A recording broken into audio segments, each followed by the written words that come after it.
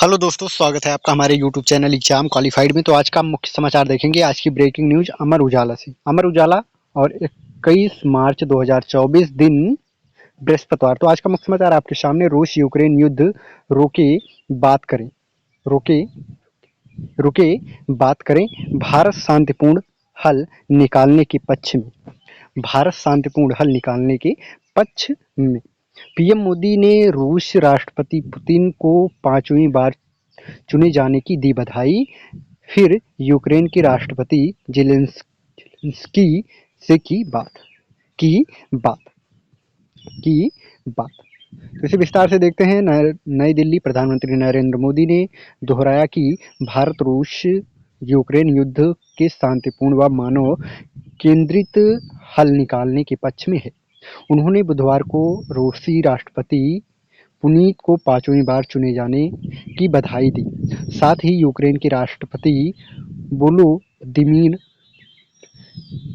Zelensky से भी phone पर बात की। एक ही दिन दोनों नेताओं से पीएम मोदी की बातचीत ने रूस यूक्रेन संघर्ष के समाधान की उम्मीद फिर बढ़ा दी है। प्रधानमंत्री जोर देकर कहा, मानवीय पहलुओं को ध्यान में रख दोनों देशों को युद्ध रोककर बातचीत व कूटनीति से ही हल निकालना चाहिए। पीएम मोदी ने पहले पुतिन को रूस के मंत्री पूर्ण को शांति, प्रगति व स्मृति के लिए शुभकामनाएं दी। उन्होंने सलाह दी यूक्रेन के साथ युद्ध के समाधान के लिए बात की जानी चाहिए। इसके बाद पीएम मोदी ने जेलेंस्की से बातचीत में भरोसा दिलाया कि संघर्ष के शांतिपूर्ण हल के लिए भारत हर संभव मदद जारी रखेगा। पीएम ने जेलेंस्की से कहा, भारत दोनों पक्षों के बीच सभी मुद्दों के शीघ्र व शांतिपूर्ण समाधान के प्रयासों का समर्थन करता है। उन्होंने विश्वास दिलाया कि यूक्रेनी नागरिकों के लिए भारत मानवीय मदद जारी रखेगा। इसके लिए मोदी का आभार जताया। दोनों नेताओं ने चुनाव के बाद मोदी को अपने देश का दौरा करने का न्योता भी दिया।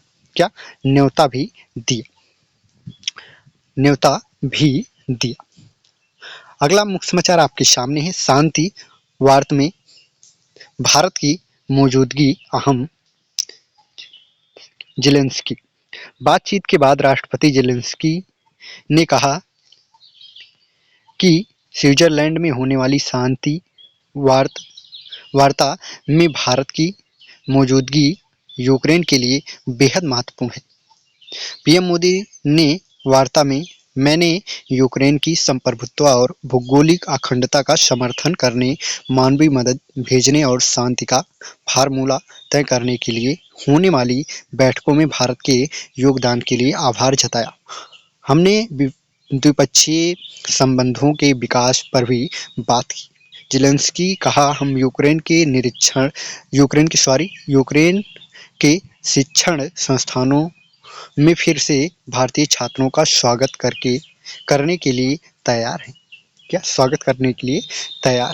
अगला देखते हैं। तो अगला क्या है? तो आज का अगला मुख्य समाचार आपके सामने है। अगला मुख्य समाचार आपके सामने। निष्पक्षता के लिए चयन समिति में न्यायिक सदस्य जरूरी नहीं केंद्र। नई दिल्ली। केंद्र सरकार ने कहा, किसी नियुक्ति में निष्पक्षता सुनिश्चित करने के लिए चयन समिति में न्यायिक सदस्य का होना जरूरी नहीं है। केंद्र सरकार के मुख्य चुनाव आयुक्त और अन्य चुनाव आयुक्तों की नियुक्ति से जुड़े कानून पर रोक लगाने की मांग वाली याचिकाओं का विरोध करते हुए दायर हलफनामे में यह बात कही है। केंद्र में हलफनामे में तर्क दिया कि याचिका इस बुनियादी भ्रांति पर आधारित है कि किसी संस्थान की आज़ादी सिर्फ तभी बरकरार रखी जा सकती है जब विशेष लोग वाली याचिका समिति में वरिष्ठ सरकारी पदाधिकारियों या मंत्री की उपस्थिति या मानने का आधार नहीं हो सकती है। समिति पूर्वग्रह से ग्रस्त होगी। 138 पन्नों के हल्फनामे में केंद्र सरकार की याचिकाकर्ता के इस आरोप से भी इनकार किया कि दोनों चुनाव आयुक्तों को 14 मार्च तक जल्दबाजी में नियुक्ति किया गया था, क्योंकि 15 मार्च को अदालत में सुनवाई होने वाली थी। हल्फनामे में कहा इतने व्यापक परिणाम, भौगोलिक विस्तार और आयाम वाले आम चुनाव के साथ 4 राज्यों के विधानसभा चुनाव के मुख्य चुनाव आयुक्त के लिए अकेले अपने कार्यों का निर्वहन करना मानवीय रूप से संभव नहीं था। लिहाजा 14 मार्च को 2 चुनाव आयुक्तों की नियुक्ति की गई। मालूम हो चुनाव कार्यक्रम 16 मार्च को घोषित हुआ था और इसकी प्रक्रिया शुरू हो गई थी।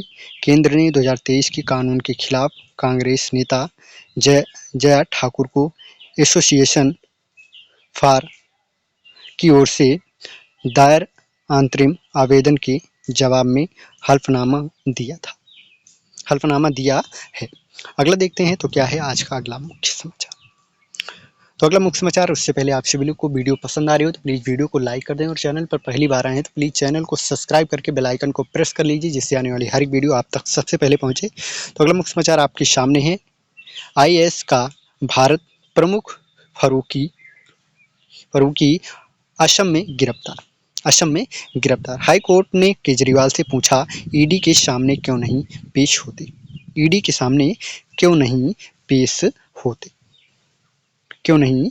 होते। नई दिल्ली हाई कोर्ट ने मुख्यमंत्री केजरीवाल से पूछा है कि आखिर वह समन पर प्रवर्तन निर्देशालय ईडी के सामने पेश क्यों नहीं हो रहे। दिल्ली आबकारी नीति घोटाले में केजरीवाल को ईडी 9 समन जारी कर चुका है। आखिर समन में उन्हें 21 मार्च को तलब किया। हाई कोर्ट ने केजरीवाल की याचिका पर ईडी से भी 2 हफ्ते में जवाब मांगा है। जस्टिस सुरेश कुमार के और जस्टिस मनोज जैन की पीठ के समन को चुनौती देने वाली केजरीवाल की याचिका पर बुधवार को सुनवाई के दौरान मुख्यमंत्री से ये सवाल पूछे। पीठ ने केजरीवाल से कहा कि आप देश के नागरिक हैं, समन केवल नाम का है, आप ईडी के सामने पेश क्यों नहीं होते। केजरीवाल की ओर से पेश वरिष्ठ वकील अभिषेक मनु ने जवाब में कहा, आप नेता मनीष सिसोदिया व संजय सिंह को भी एजेंसी ने गिरफ्तार किया है। उन्हें आशंका है कि ईडी उन्हें भी गिरफ्तार कर लेगी। अगर उन्हें गिरफ्तारी से सुरक्षा दी गई तो वह पेश होंगे। अगला देखते हैं तो आज का क्या है अगला मुख्य समाचार। तो अगला मुख्य समाचार आपके सामने 21 राज्यों की 102 सीटों पर नामांकन प्रक्रिया शुरू। नई दिल्ली देश के 21 राज्यों और केंद्र शासित प्रदेशों के 102 सदस्यीय चुनाव क्षेत्र के नामांकन प्रक्रिया बुधवार को अधिसूचना जारी होने के साथ शुरू हो गई है। अब 19 अप्रैल को लोकसभा चुनाव के पहले चरण के तहत मतदान होगा। इसमें उत्तर प्रदेश की 8 सीटें, सहारनपुर के राना, नगीना, मुजफ्फरनगर, बिजनौर, मुरादाबाद, रामपुर और पीलीभीत शामिल है। निर्वाचन आयोग की अधिसूचना के अनुसार नामांकन दाखिल करने की अंतिम तिथि 27 जबकि वापसी की तारीख 30 मार्च है। हालांकि बिहार में पहले चरण में जिन सीटों पर मतदान होना है उनके लिए नामांकन आखिरी तारीख होली की वजह से 28 मार्च की गई है। बिहार की 40 में से 4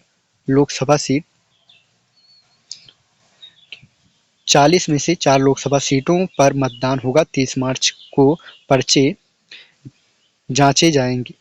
नामांकन वापसी की तिथि 2 अप्रैल होगी। देश के 18वीं लोकसभा गठन के लिए 19 अप्रैल को चुनाव शुरू होने और 1 जून तक 7 चरणों में मतदान होगा। मतगणना 4 जून को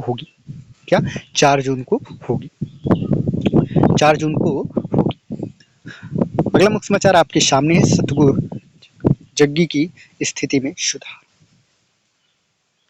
अगला देखते हैं क्या है। तो आज का अगला मुख्य समाचार आपके सामने है। आज का अगला मुख्य समाचार, तो अगला मुख्य समाचार आपके सामने है। वर्ष 2030 तक सोलर वेस्ट 600 किलो टन पहुंचेगा। अगला मुख्य समाचार देखते हैं। तो आज का क्या है। अगला मुख्य समाचार आपके सामने है। होली पर घर जाने वालों की राह मुश्किल, ट्रेनें फुल व बसों में भीड़। ट्रेनें फुल व बसों में भीड़। अगला क्या है। अब प्रदूषण पर उपराज्यपाल दिल्ली सरकार में टकराव।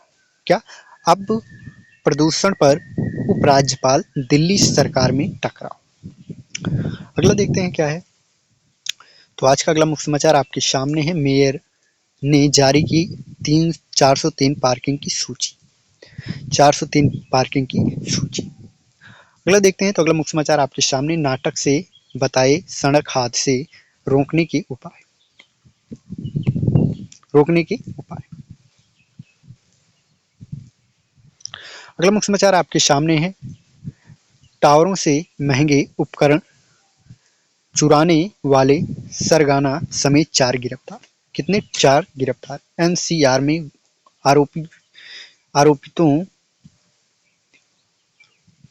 आरोपियों के खिलाफ दर्ज है कुल 46 मामले।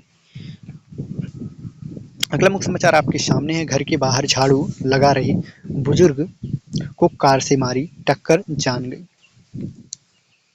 क्या, जान चली गई। अगला देखते हैं। तो अगला मुख्य समाचार आपके सामने है। आत्महत्या के लिए उकसाने पर हवलदार पत्नी पर केस। अगला मुख्य समाचार देखते हैं क्या है। तो आज का अगला मुख्य समाचार आपके सामने है। दिल्ली के लोगों को चाहिए जाम से मुक्ति। जाम से मुक्ति। अगला मुख्य समाचार आपके सामने है क्या है। चुनाव प्रक्रिया की 2 सदस्यीय निगरानी।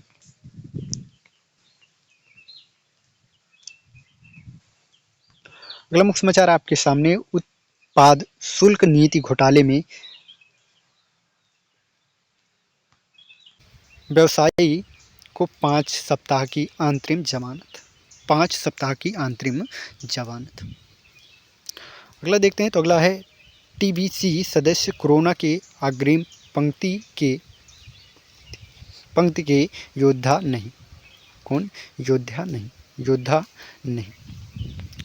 अगला देखते हैं। तो आज का क्या है। अगला मुख्य समाचार।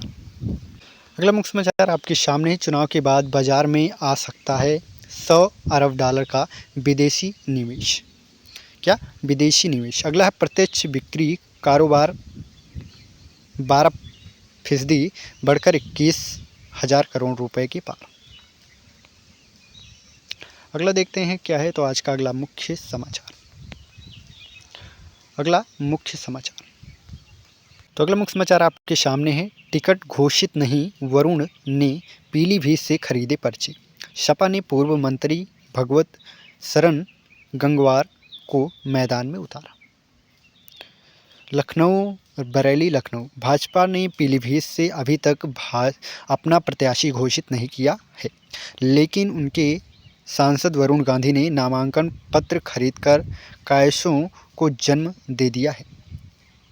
सवाल उठाने लगे हैं कि क्या वरुण गांधी टिकट न मिलने की स्थिति में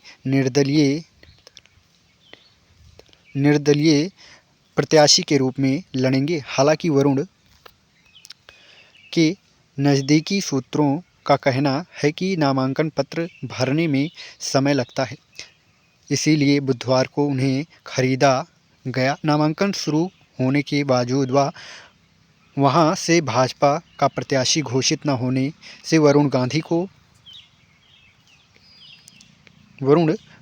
को टिकट मिलने की संभावना है। वरुण गांधी अपनी ही सरकार की नीतियों के खिलाफ सवाल खड़ा करके सुर्खियों में आ रहे हैं। नामांकन प्रक्रिया के पहले ही दिन वरुण के निजी सचिव ने 4 सीटों पर नामांकन पत्र खरीदे हैं। उधर गठबंधन की ओर से सपा ने पूर्व मंत्री भगवत शरण गंगवार को टिकट दिया है। ऐसे में पीलीभीत की सियासी गतिविधियों पर राजनीतिक दलों की नज़र टिकी है। पीलीभीत लोकसभा चुनाव 2009 और 2019 तक फतह कर चुके वरुण गांधी यहां से तीसरी बार भाग्य आजमाने की तैयारी में हैं। हालांकि सियासी गलियारे में उनके टिकट को लेकर अलग-अलग अटकलें लगाई जा रही हैं। पहले चरण में चुनावी प्रक्रिया में शामिल पीलीभीत 27 मार्च तक नामांकन होंगे। अगला देखते हैं क्या है। तो वीडियो पसंद आ रही हो तो प्लीज़ लाइक कर दें और चैनल पर पहली बार आए हैं तो चैनल को सब्सक्राइब जरूर कर लीजिए। अगला देखते हैं क्या है। तो आज का अगला मुख्य समाचार, क्षेत्रीय मुद्दे और आबादी के आधार पर चलेगा कांग्रेस का अभियान। समाचार आपके सामने है। 2019 में किस पार्टी को किस वर्ग का अधिक वोट?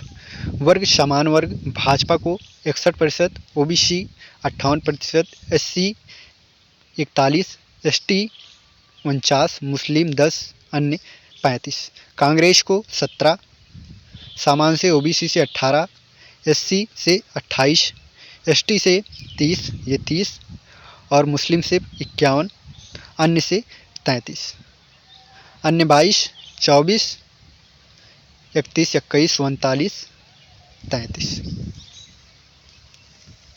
बिहार की जाति गणना में क्या स्थिति?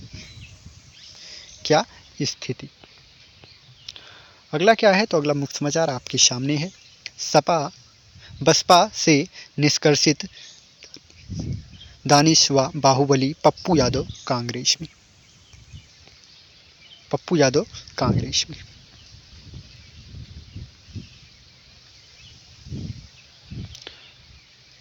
अगला मुख्य समाचार आपके सामने है। जमानत आदेशों के त्वरित पालन के लिए फास्टर सेल तक पहुंच बनाए जेल अधिकारी सुप्रीम कोर्ट।